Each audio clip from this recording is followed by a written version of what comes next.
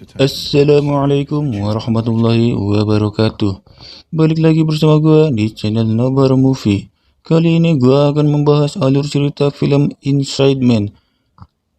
Sebelum lanjut ke videonya, bagi kalian yang baru nonton di channel ini, ada baiknya subscribe terlebih dahulu dan aktifkan tombol loncengnya agar kalian tahu ketika saya upload video terbaru dari channel ini. Inside Man. While I was in the mall, walking around acting right now. I ain't tryna tell you what to do, we're tryna play it cool. Baby, I am playing by your rules. Everything. My name is. Di awal film, kita diperlihatkan dengan seorang pria bernama Dalton Russell duduk di dalam sebuah sel, menceritakan bagaimana dia telah melakukan perampokan yang sempurna. Dan ini ceritanya. Di New York, sekelompok perampok bertopeng berpakaian seperti tukang bangunan dan menggunakan nama Steve sebagai alias, menguasai bank Manhattan Trust dan menyandera para pengunjung dan juga karyawannya. Mereka kemudian membagi sandera menjadi beberapa kelompok dan menahan mereka di ruangan yang berbeda. Mereka juga memaksa para sandera untuk membuka pakaian dan mengenakan pakaian yang sama dengan milik para perampok. Nah, para perampok menggilir sandera di antara berbagai ruangan dan sesekali memasukkan diri mereka sendiri secara diam-diam ke kelompok para sandera untuk membuat para sandera yang asli bingung akan siapa perampok yang sebenarnya. Salah satu perampok kemudian membutakan CCTV bank dengan lampu infrared. Seorang polisi diberitahu kalau ada asap datang dari bank, dan polisi tersebut langsung melapor. Dan tidak lama kemudian, polisi mengepung bank, dan detektif Kate Fraser dan Bill Mitchell sebagaimana ia tugas atas perampokan tersebut. Kapten polisi yang bernama Darius juga ikut menyelidiki kasus tersebut. Dan Russell, pemimpin perampok, meminta sebuah pesawat dan 2 bus untuk mereka kabur. Mereka juga kemudian meminta makanan buat 50 sandera. Dan polisi pun memberi mereka pizza yang kotaknya dipasangkan alat pendengar rahasia. Namun, para perampok mengetahui tentang alat pendengar tersebut. Jadi mereka menyetel rekaman suara dengan bahasa yang tidak para polisi mengerti. Fraser dan timnya kebingungan memahami bahasa yang mereka dengar. Sampai akhirnya Fraser memanggil seorang pekerja dari kerumunan yang memahami kalau itu adalah bahasa Albania. Mereka kemudian mengetahui kalau rekaman tersebut merupakan pidato dari Presiden Albania Enver Hoxha yang sudah meninggal. Di sisi lain, ketika Arthur Cash, ketua dewan direksi dan pendiri bank tersebut, mengetahui perampokan yang terjadi, dia menyewa pengacara yang sering memecahkan banyak kasus, bernama Madeleine Wedge. Arthur berkata kepada Wedge kalau ada sebuah kotak deposit nomor 392 di banknya yang isinya sangat berharga. Sehingga si Arthur ini juga tidak mau semua orang tahu isi kotak tersebut. Bahkan Wade pun juga tidak dikasih tahu. Singkat cerita, Wade pergi ke TKP dan meminta berbicara face to face dengan Russell dan mengizinkannya memasuki dan memeriksa isi kotak deposit nomor 392 yang isinya ada dokumen dari Nazi Jerman.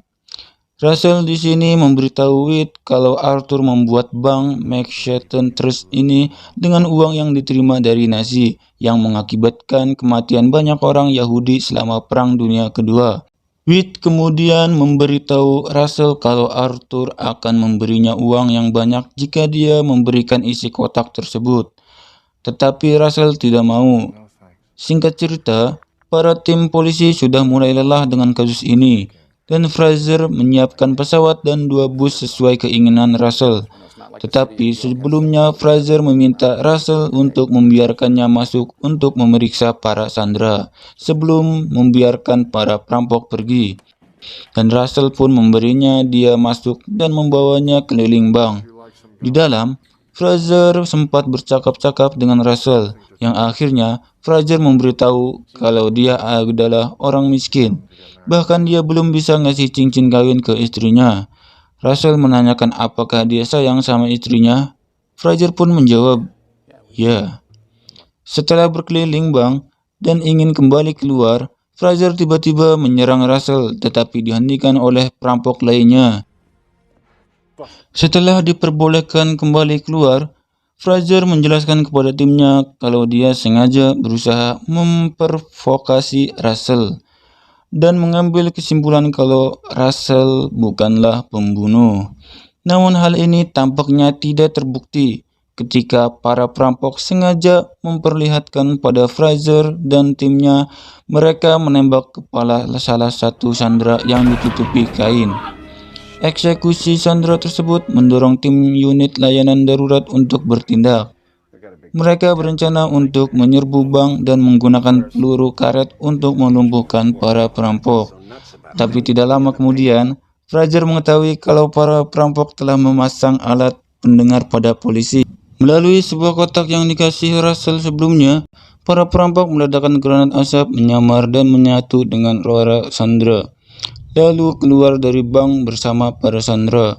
Polisi pun langsung menahan dan menanyakan semua orang yang keluar dari bank, tetapi mereka tidak dapat membedakan yang mana yang sandera dan yang mana yang perampok, karena semuanya berpakaian sama.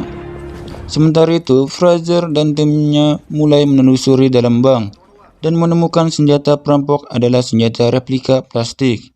Mereka juga menemukan alat peraga yang menjelaskan kalau penembakan sandera yang dilakukan Russell ternyata palsu, dan bahkan di bank ini tidak ada uang atau barang berharga yang dicuri. Dengan tidak adanya cara untuk mengidentifikasi tersangka dan tidak yakin apakah kejahatan telah dilakukan, atasan Fraser memerintahkannya untuk membatalkan kasus tersebut.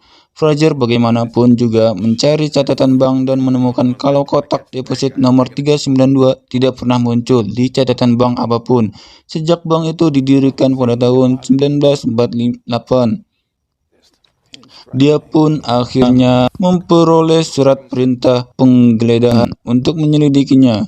Fraser kemudian dihadapkan oleh Witt yang memberitahu tentang transaksi Arthur dengan para Nazi. Witt mencoba membujuk Fraser untuk menghentikan penyelidikannya, tetapi Fraser menolak dan memutar rekaman yang diam-diam dia rekam ketika mereka berdua berbicara. Witt yang menjadi penasaran akan isi kotaknya menghampiri Arthur dan setelah dipaksa akhirnya mengakui kalau kotak itu berisi berlian dan cincin Cartier yang sangat mahal yang dia ambil dari seorang teman Yahudinya yang dia khianati kepada Nazi pada tahun 1940-an. Di sisi lain, Russell mengulangi monolog yang di opening sambil bersembunyi di balik dinding palsu yang dibangun oleh dia dan teman perampoknya di dalam ruang persediaan bank. Dia pun menunggu dan keluar seminggu setelah perampokan dan isi kotak deposit milik Arthur, termasuk dokumen Nazi milik Arthur dan juga beberapa berlian. Dalam perjalanan keluar bank, Russell berpapasan dengan Fraser yang tidak mengenalinya, dan dengan sengaja Russell menabraknya. Russell pun keluar dari bank dan memasuki sebuah mobil yang berisi teman perampoknya yang beberapa diantaranya telah diinterogasi oleh polisi dan akhirnya lolos.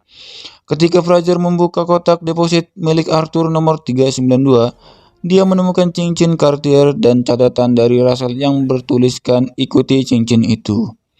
Fraser pun akhirnya menemui Arthur dan mendesak Witt untuk menghubungi kantor masalah kejahatan perang di apartemen luar negeri tentang kejahatan perang yang dilakukan oleh Arthur. Dan singkat cerita, Fraser dan Michelle pun senang telah menyelesaikan kasus tersebut. Dan setelah sampai di rumah, Fraser bertemu dengan istrinya dan menemukan sebuah berlian di kantongnya. Fraser kemudian menyadari kalau Russell yang menyelipkan berlian ke dalam kantongnya ketika mereka bertabrakan saat di bank. Lalu Fraser pun tersenyum atas kebaikan Russell dan film pun selesai. Ya, itulah alur cerita film Inside Man.